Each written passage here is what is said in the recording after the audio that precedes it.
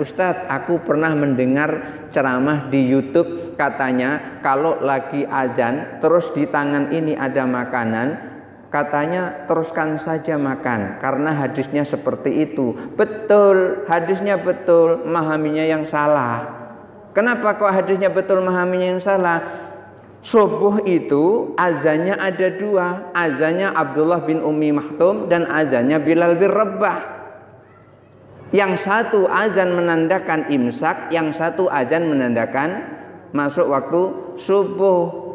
Yang dimaksud ketika makanan ada di tangan ini adalah azan pada saat imsak, bukan azan pada saat subuh. Nah, sang ustadz yang berceramah di YouTube ini mengatakan kalau makanan masih ada di tangan, kemudian azan subuh mulai komandang, maka jangan diletakkan, habiskan. Ya batal puasanya. Kenapa? Azannya azan subuh. Memang hadisnya seperti itu, tetapi memahami hadis itu tidak boleh langsung kita hanya teksnya saja. Oleh karena itu memahami Al-Quran, memahami hadis itu harus bersanad.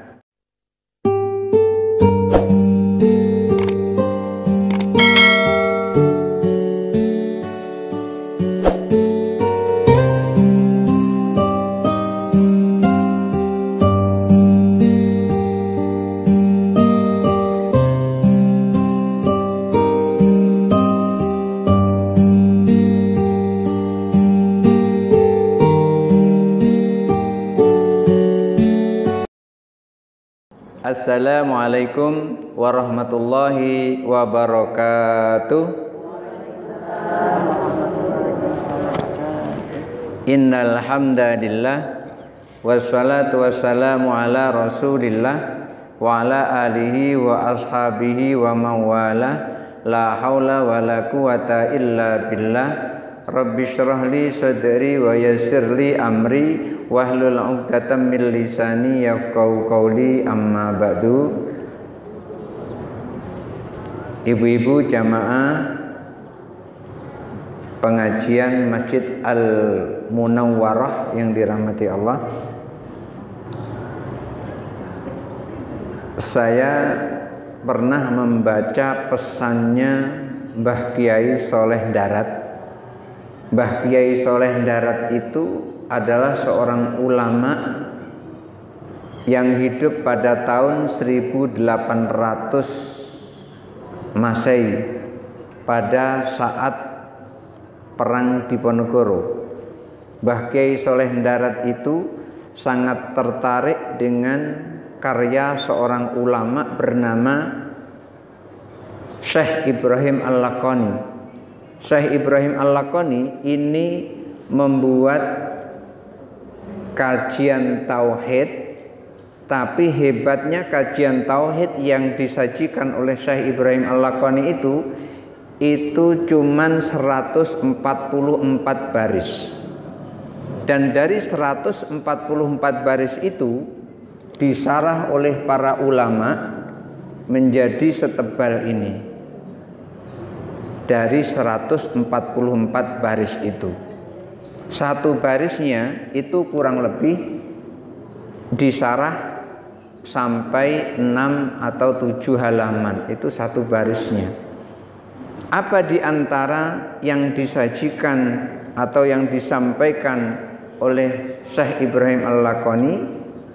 Beliau mengawali kitabnya dengan Bismillahirrahmanirrahim, lalu disambung dengan Alhamdulillahi ala silatihi thumma salamullahi ma salatihi ala nabiyyin ja'a bit tauhidi wa qad khalad dinu anit tauhidi. Ini saja disarah sudah ada kurang lebih sekitar 30 halaman dijelaskan oleh ulama. Nah, Mbah Kiai Soleh Darat itu siapa? Mbah Kiai Soleh Darat itu adalah seorang putra dari Kiai Umar Al-Samarani. Siapa Kiai Umar Al-Samarani itu? Kiai Umar Al-Samarani itu adalah tangan kanannya Pangeran Diponegoro.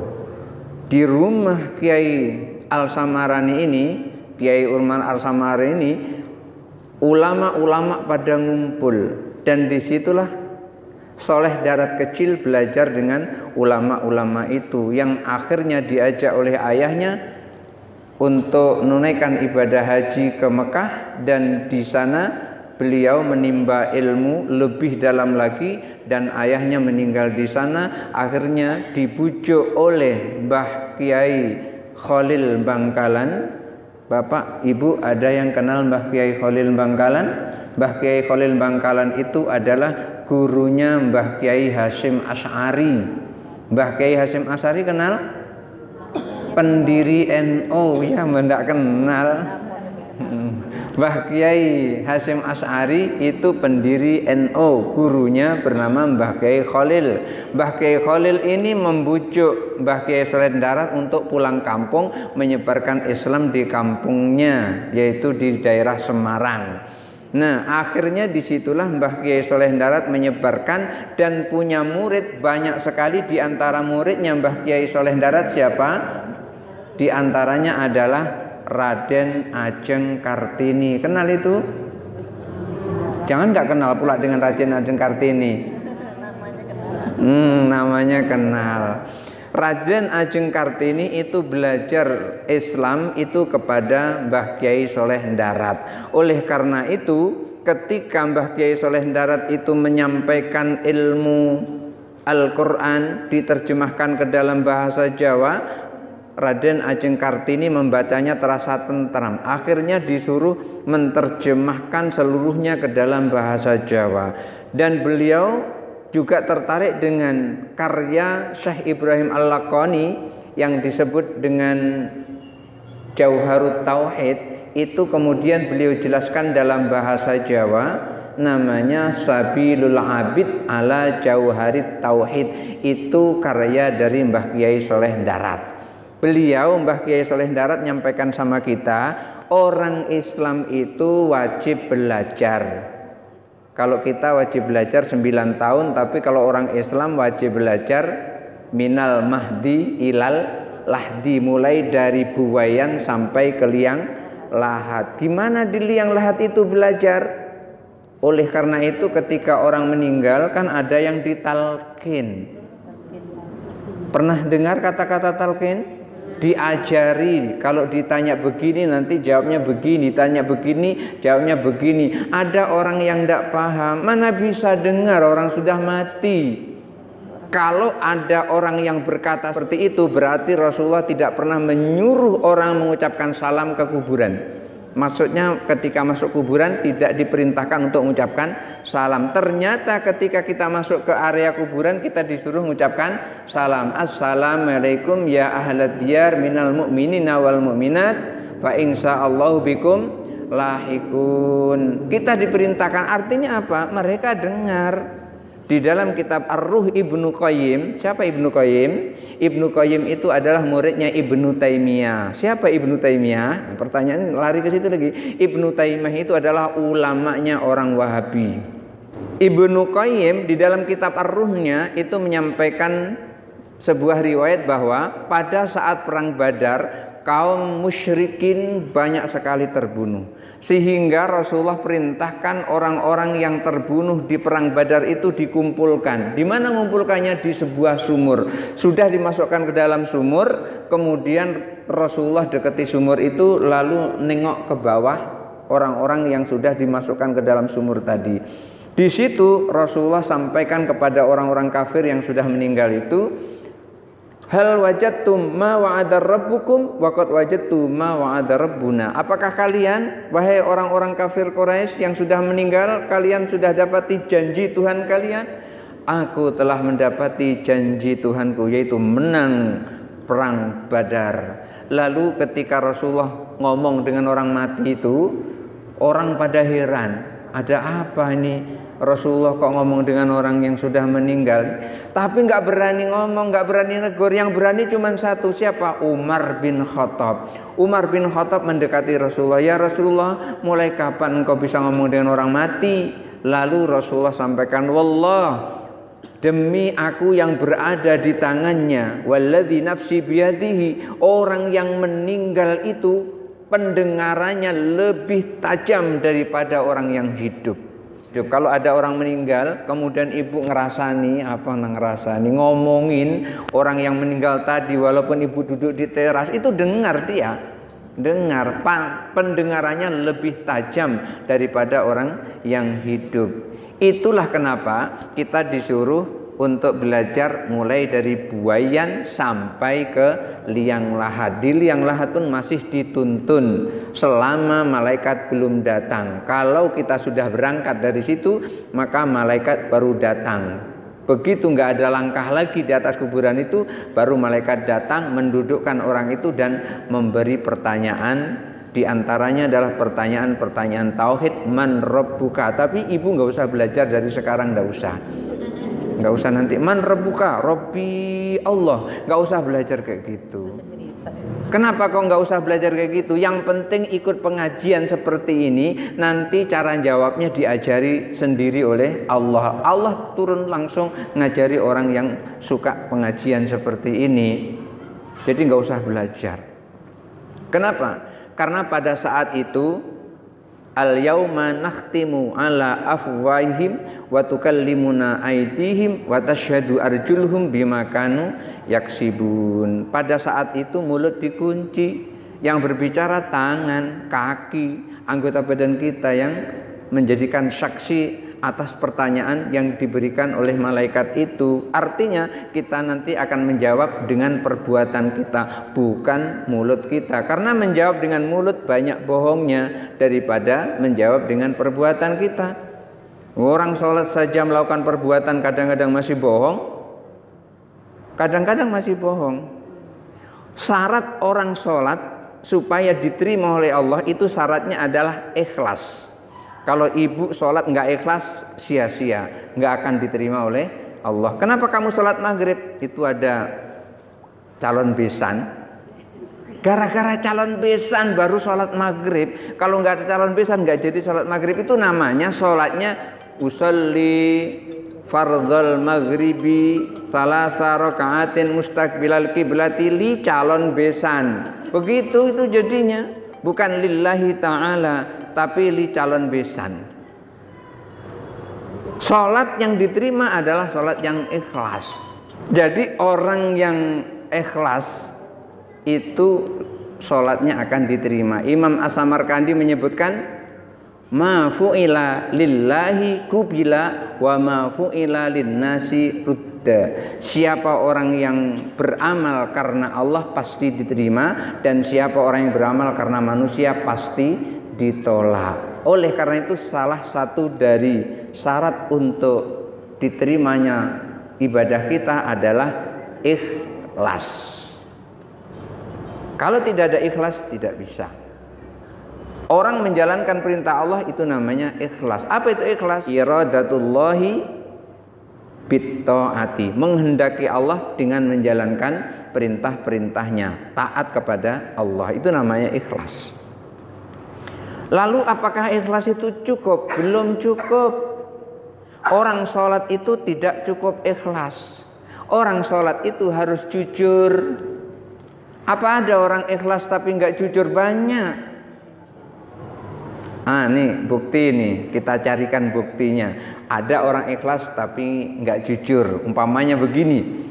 Sholatnya ikhlas, sholat maghrib, usolli fardhal maghribi salasa rakaatin mustaqbilal qiblati adaan lillahi ta'ala, bukti itu ikhlas. Tapi pada saat sholat nggak jujur. Kenapa? Hatinya kadang-kadang nengok sendal di depan. Kalau sholatnya di masjid, apalagi sendalnya baru beli, mereknya merek ternama, harganya 570.000. Dibawa ke masjid, hatinya jalan-jalan nengok, masih ada enggak ya sendal? Nah, ini bukti kalau sholatnya nggak jujur. Badannya ngadap Allah, hatinya nyari sendal. Ada seperti itu? Ada nggak seperti itu? Nggak ada. Coba siapa tunjuk tangan yang sholatnya hatinya madep terus gak kemana-mana. Tunjuk tangan. Saya pengen belajar. Itu bukti kalau sholat itu tidak cukup dengan ikhlas. Tapi kalau orang sholat jujur, maka tidak perlu ikhlas, nggak apa-apa. Kenapa?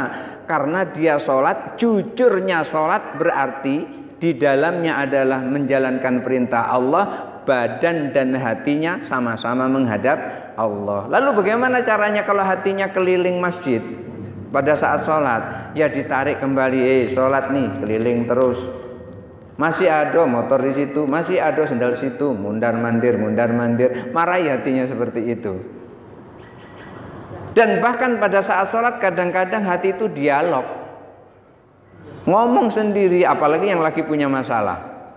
Apalagi masalahnya itu masalah dengan suami, enggak karu-karuan itu. Jadi syarat dari diterimanya sholat kita adalah ikhlas. Mbah Kiai Soleh Darat itu mengajarkan kepada kita, orang Islam itu harus belajar, dan belajar itu minal mahdi ilal lahdi. Beliau menyampaikan yang dipelajari apa orang Islam itu sebetulnya yang wajib dipelajari itu 3. Yang pertama ilmu tauhid, yang kedua ilmu syariat, yang ketiga ilmu tasawuf. Untuk apa ilmu tauhid? Ilmu tauhid untuk meluruskan keyakinan kita kepada Allah. Jangan sampai kita beribadah tapi menduakan Allah. Kemudian yang kedua ilmu syariat. Untuk apa ilmu syariat? Ilmu syariat ini adalah untuk menentukan ibadah kita itu sah atau tidak sah. Gampangnya adalah ilmu fikih. Ilmu fikih itu untuk mengetahui sholat kita ini benar atau salah.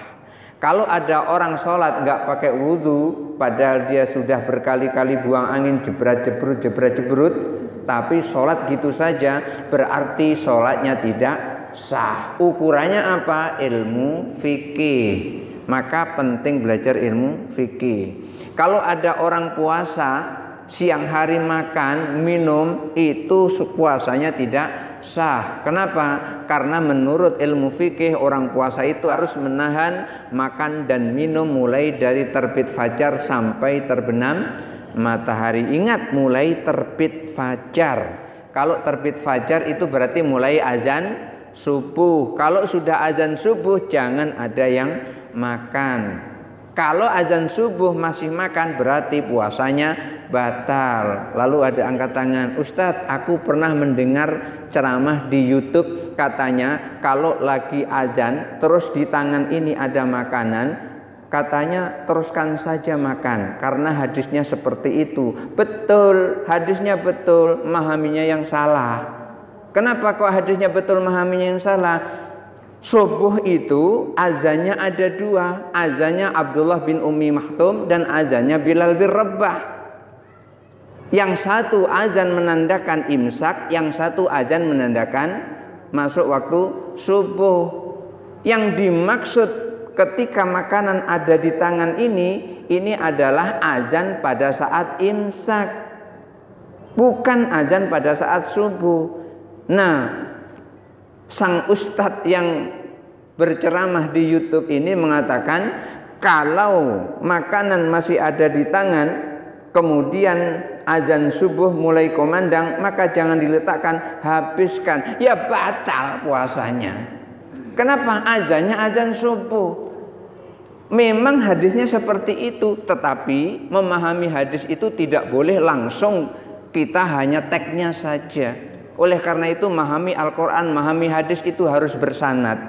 Apa maksudnya bersanad? Memahaminya dari guru kita. Guru kita itu belajarnya dari siapa? Dari gurunya. Gurunya belajar dari siapa? Dari gurunya. Gurunya lagi belajar dari siapa? Dari gurunya. Gurunya dari gurunya. Gurunya dari para tabi'in. Tabi'in dari siapa? Dari para sahabat. Sahabat belajar dari mana? Dari Rasulullah. Kalau memahami Al-Quran dan hadis seperti itu, lebih dekat benarnya daripada salahnya. Tapi kalau langsung, apa ini artinya? Wa an tajma'u bainal ukhtaini. Oh, ada larangan laki-laki itu nggak boleh menikahi kakak beradik. Mengumpulkan kakak beradik, menikahi kakak beradik nggak boleh dalam satu waktu. Dalam satu waktu menikahi kakak beradik. Ini kakaknya, ini adiknya dinikahi sekaligus. Nengok kakaknya cantik, adiknya cantik, pengen kedua-duanya nikahi sekaligus. Oh, ini nggak boleh. Ketika seseorang itu membaca teks terjemahan Al-Quran, oh yang tidak boleh itu adalah menikahi adik beradik sekaligus. Berarti kalau saya menikahi wanita ini, ternyata wanita ini cantik, kemudian begitu keluar bibinya juga cantik, sekalian aku nikahi. Berarti boleh dong. Di Al-Quran nggak ada yang seperti itu, paham yang salah. Lalu laki-laki ini senang dengan perempuan ini, cantik sekali perempuan ini. Begitu melihat neneknya juga masih cantik, semohoi gitu neneknya masih. Akhirnya dinikahi, nenek sama cucu dinikahi. Di Al-Quran kan nggak ada, jadi nggak apa-apa menikahi nenek sama cucu. Kalau seperti ini memahami sudah jelas sesatnya. Kenapa? Yang dimaksud tidak boleh mengumpulkan dua saudara adalah tidak boleh menikahi yang masih ada hubungan mahram. Kalau masih ada hubungan mahram nggak boleh dinikahi. Ini akibat dari kembali ke Al-Quran langsung, kembali ke hadis langsung, tidak melalui penjelasan para ulama. Ingin memisahkan kita dari ulama, padahal kita ini, hidup kita ini masih sangat bergantung dengan pendapat ulama, oleh ajaran-ajaran ulama. Nggak bisa kita memahami Al-Quran sendiri. Di sini ada yang bisa memahami Al-Quran sendiri? Ada yang bisa? Kalau memang ada yang bisa, coba apa sebabnya surah Al-Alaq Ma'udzatain itu turun kepada Nabi? Itu apa sebabnya? Kan kadang-kadang kita nggak tahu di situ karena nggak dijelaskan. Surah Al-Ma'udzatain itu turun kepada Nabi karena Nabi itu disihir oleh orang Yahudi. Maka dibacakanlah surah Ma'udzatain itu oleh malaikat Jibril karena Rasulullah terkena sihir. Itu asal muasal sebabnya Al-Ma'udzatain itu turun. Artinya apa? Artinya ketika kita mempelajari Al-Quran, mempelajari hadis, itu harus lewat guru. Karena gurunya sudah belajar lebih duluan dengan gurunya. Gurunya lebih dahulu belajar dari gurunya, begitu seterusnya sampai kepada Rasulullah Shallallahu Alaihi Wasallam. Ini perlunya kita memahami ilmu ulama. Nah, yang ketiga yang disampaikan oleh Mbah Kiai Sholeh Darat adalah penting bagi kita itu mempelajari ilmu tasawuf. Setelah kita tahu sah dan tidak sahnya sholat, setelah kita tahu batal dan tidak batalnya sholat, baru kita ingin mengetahui sholat kita ini diterima atau tidak diterima oleh Allah. Kenapa kok melalui ilmu tasawuf? Karena ilmu tasawuf itu adalah ilmu untuk mengolah hati. Niat itu di mana? Di hati, bukan di mulut. Ketika seseorang usolli fardhal maghribi thalatha raka'atin mustaqbilal qiblati adaan lillahi ta'ala, itu bukan niat, Ibu. Itu baru lafaz niat, belum sholat. Setelah itu minum, enggak apa-apa, enggak batal sholatnya karena belum mulai sholat. Kapan mulai sholatnya? Ketika Allahu Akbar, itulah baru mulai sholat itu. Maka ketika orang takbir itu nggak boleh cepat-cepat, nggak boleh Allahu Akbar, nggak boleh seperti itu. Kenapa? Karena di dalam takbir itu kita memasukkan niat. Pas Allah usolli fardhal maghribi thalatha raka'atin mustaqbilal qiblati bar, itu udah selesai niatnya. Makanya agak lama-lama Allahu Akbar. Pada saat lama-lama itu, di dalam lama-lama kita takbir itu, di situ hati kita sambil mengucapkan Allahu Akbar, itu hati kita ngomong usolli fardhal subhi, usolli fardhal maghribi, usolli fardhal isya'i dan seterusnya. Nggak bisa bahasa Arab, bahasa Indonesia. Aku sholat subuh, aku sholat asar, aku sholat zuhur, aku sholat isya dan seterusnya. Jadi bareng Allahu Akbar. Yang usolli fardhu subhi yang tadi sebelum takbir itu bukan niat, itu namanya lafaz niat, dan itu disunahkan untuk dibaca untuk mengkuatkan, menetapkan hati kita pada saat memasang niat. Itu maksudnya. Inilah diterima atau tidak diterimanya sholat kita itu tergantung kepada niat. Innamal a'malu bin niat. Amal kita, perbuatan kita tergantung pada niat. Jadi ini yang dinasihatkan oleh Mbah Kiai Saleh Darat. Yang pertama yang harus kita pelajari adalah ilmu tauhid. Yang kedua ilmu syariat atau ilmu fikih. Dan yang ketiga adalah ilmu tasawuf. Baik, di dalam kitab tauhid yang bernama Tuhfatul Murid ala Jauhari Tauhid karya Imam Baijuri, itu juga mensyarah kitabnya Syekh Ibrahim Al-Laqani namanya Jauharut Tauhid, yang tebalnya sebesar ini, setebal ini. Ini adalah karya dari Imam Baijuri. Di sini awal-awalnya disebutkan, apa yang disebutkan? Ini karena waktunya mepet jadi belum mulai, baru kenalan saja. Di sini beliau mengawalinya itu dengan memuji Allah, dan mengawali dari memuji Allah itu kemudian terus sampai kepada kitabnya Syekh Ibrahim Al-Laqani diawali dengan Bismillahirrahmanirrahim. Saya ingin menyampaikan kepada ibu-ibu, Bismillahirrahmanirrahim ketika kita baca, maka perbuatan kita itu menjadi sempurna. Kullu amrin dzibalin la yubda'u fihi bi bismillahirrahmanirrahim fahuwa abtar. Perbuatan penting, perbuatan baik yang kita lakukan tidak diawali dengan bismillahirrahmanirrahim, maka perbuatan baik itu seperti binatang yang terpotong kakinya. Binatang apapun terpotong kakinya, pasti binatang itu tidak sempurna dan tidak boleh dipakai untuk kurban.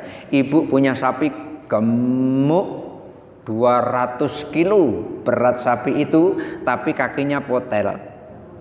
Itu nggak boleh dipakai untuk kurban. Syarat kurban harus sempurna. Walaupun sapi itu cuma 100 kilo, tapi sempurna, boleh dipakai kurban. Tapi kalau kakinya ada yang potel, tidak bisa dipakai untuk kurban. Maka setiap perbuatan yang tidak diawali dengan bismillahirrahmanirrahim, sementara perbuatan itu adalah perbuatan penting, perbuatan baik, maka perbuatan itu artinya tidak sempurna. Contoh, ibu nyuci piring di rumah. Niat nyuci piring ibu apa? Niatnya adalah menjalankan perintah Allah. Ketika ibu niatnya menjalankan perintah Allah, maka ibu menjalankan perintah Allah itu sudah mendapat pahala. Lalu diawali dengan bismillahirrahmanirrahim. Mencuci piringnya dapat pahala, membaca bismillahnya dapat pahala.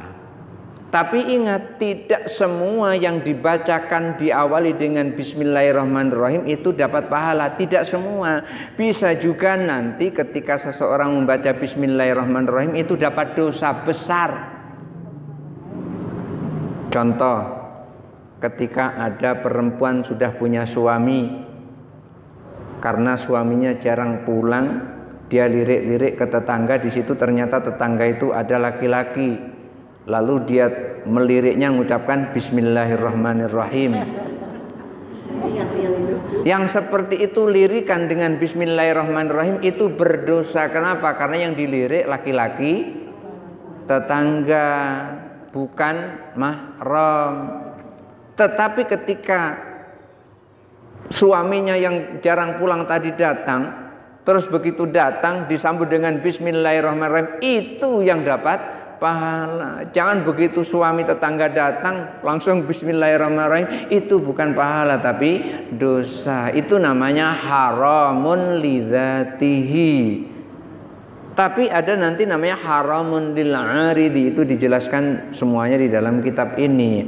Oleh karena itu ibu, pokoknya asalkan kita merasa perbuatan kita itu adalah perbuatan baik yang dianggap baik oleh syariat, kita awali dengan bismillahirrahmanirrahim, maka bismillah itu akan dapat pahala dan sempurna perbuatan kita. Walaupun seandainya tanpa bismillah itu perbuatan kita itu seakan-akan sempurna, itu sesungguhnya tidak sempurna. Ada kurangnya. Apa kurangnya?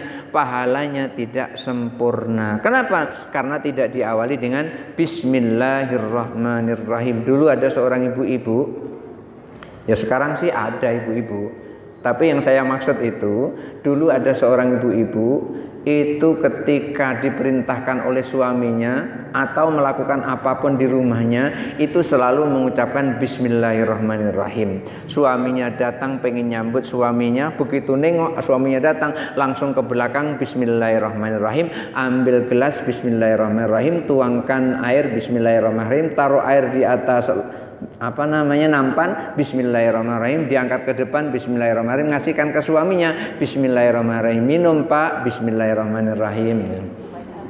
Ada yang seperti itu. Suatu saat suaminya bilang, bu aku lapar.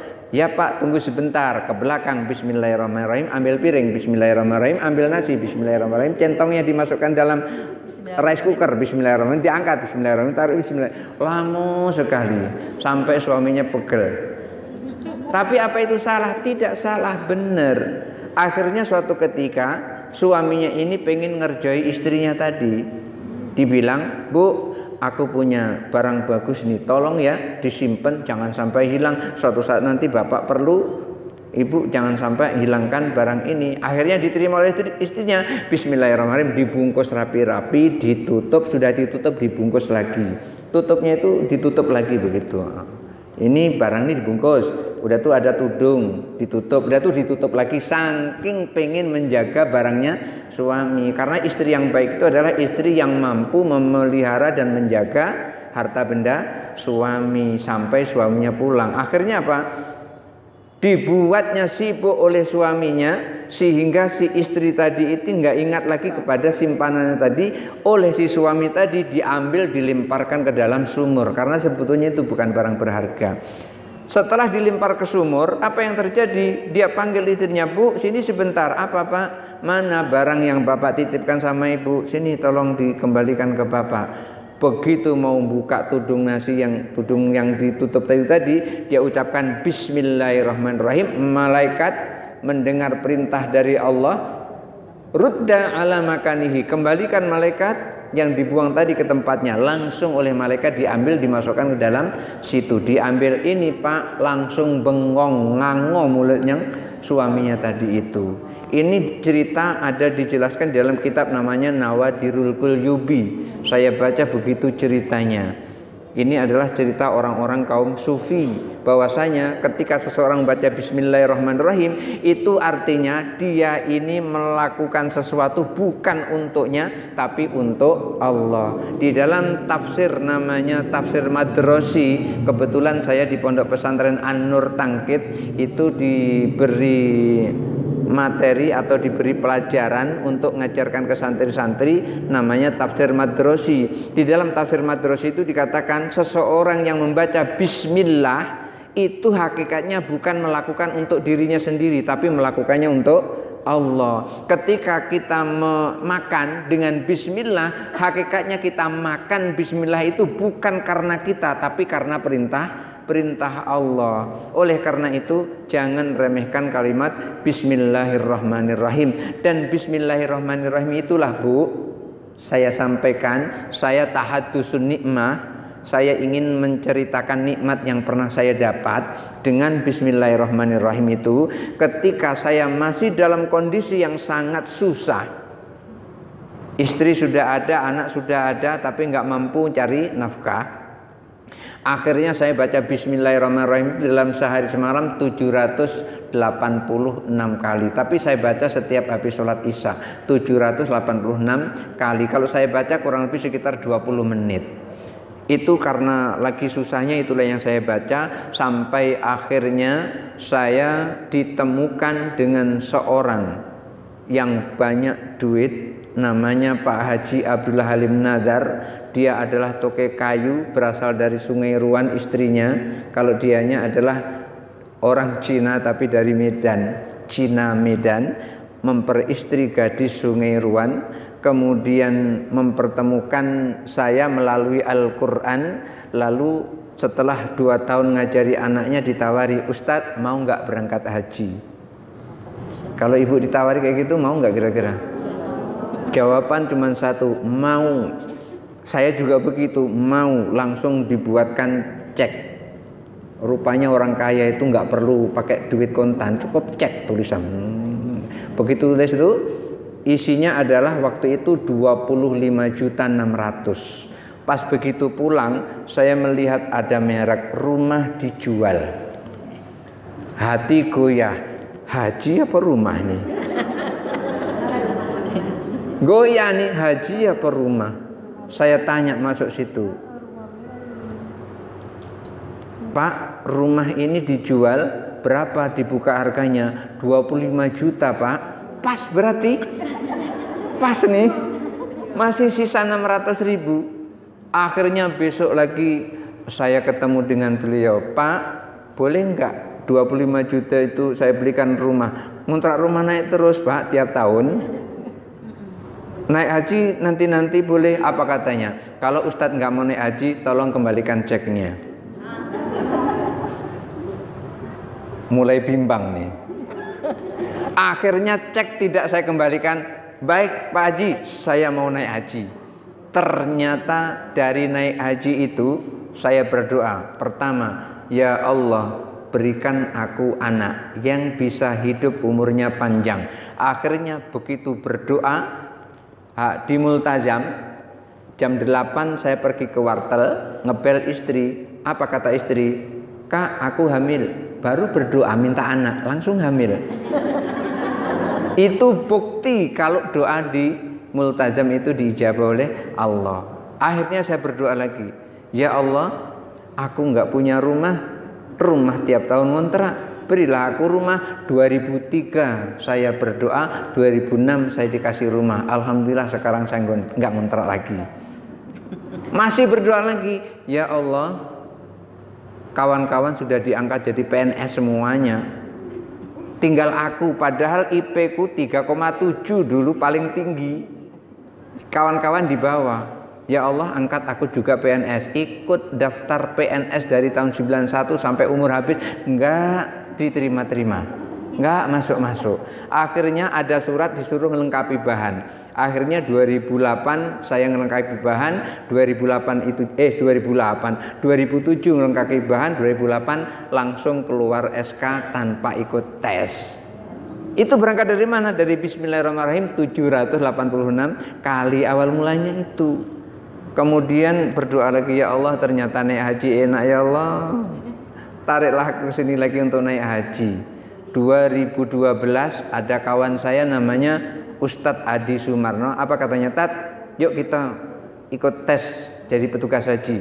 Kalau ngajak saya ikut tes petugas haji, daftarin saya. Mana SK-nya? Akhirnya saya kasih SK, ikut tes. Dia nggak lulus, saya lulus.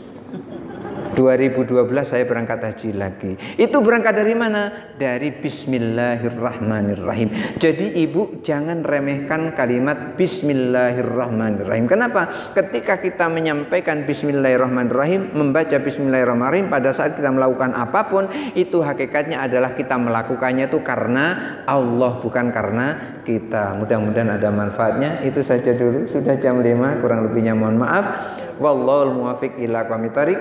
Wassalamualaikum warahmatullahi wabarakatuh.